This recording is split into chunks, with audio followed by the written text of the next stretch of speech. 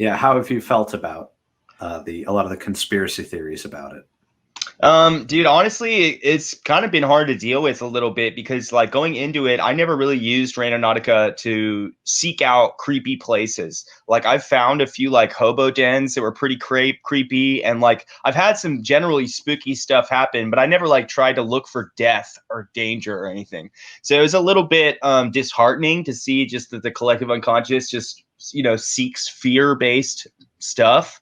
That was a little bit concerning, but I think it's just part of the lessons that we're going to have to learn as a species. And like, it's just part of life where people are going to go out there and find really morbid, creepy stuff, and they're going to want to find that stuff. I mean, personally, that's just not my bent. So I don't really see it as a bastardization. I see it as just taking it as another angle, which, I mean, it perfectly fits the use case of Randonautica. Randonautica can take you to some pretty creepy places, but I just personally never wanted to get spooked out, really. Like, I mean, it's kind of a side effect of going to unknown places, but that was never like the number one thing I was seeking out. I was always seeking out mind-bending synchronicities.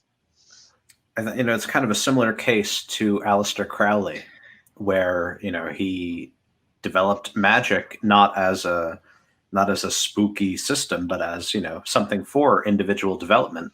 But what caught on and what people brought to it was, ooh, spooky. So he became the wickedest man in the world to become famous, and it worked. That's interesting. I didn't know that. That's really interesting. Well, like when I was camping with Shelby, my girlfriend, like when we were blowing up on TikTok, I was telling her, I was like, I'm going to be misrepresented. Like, people are not going to understand what we're doing. And, I've always been peace and love. My best friend, he knows that I'm peace and love. My mom, she knows I've always been peace and love. Shelby, my girlfriend, she knows I'm peace and love.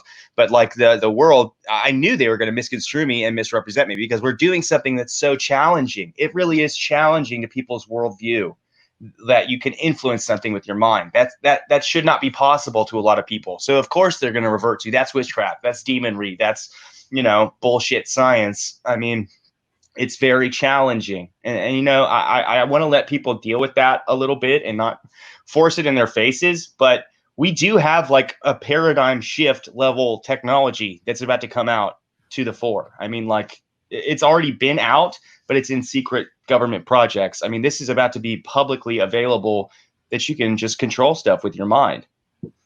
I think it's so unfortunate because we knew about it really as early as Synchronicity with Carl Jung, and he too has been greatly criticized, but it's becoming more and more obvious and apparent and undeniable that there is in fact a ability to influence things with our minds. And so this is kind of the ultimate horror to a lot of people, especially people who are upholding science and what they imagine science to be, what they imagine rationalism to be.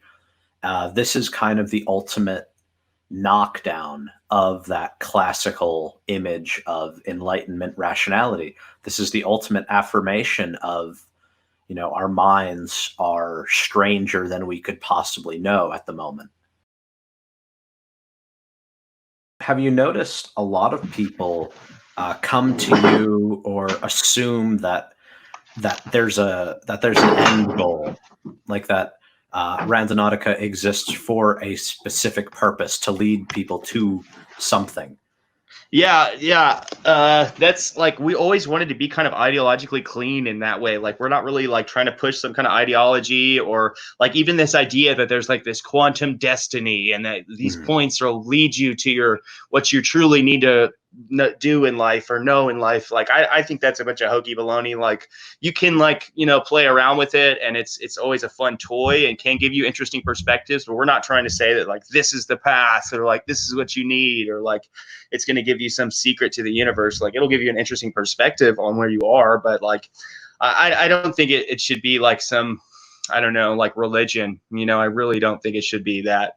And I'm not some spiritual guru or anything, like, it's not some initiation into the randomness where you become, a wizard once you get your wand from the owl comes and gives you your letter and everything. Like, I don't know, but Well, that's It what always. people have tried to do with Jung's synchronicity as well. They're always saying like, "Oh, when this happens, like that means you're on the right path. Like it means like something big is happening." Like, no, it does. It does not. It does not mean that at all. It's like a complete, people. And yet again, just as conspiracies are made to justify kind of the what is going on a cosmic and quantum level, which is essentially impersonal.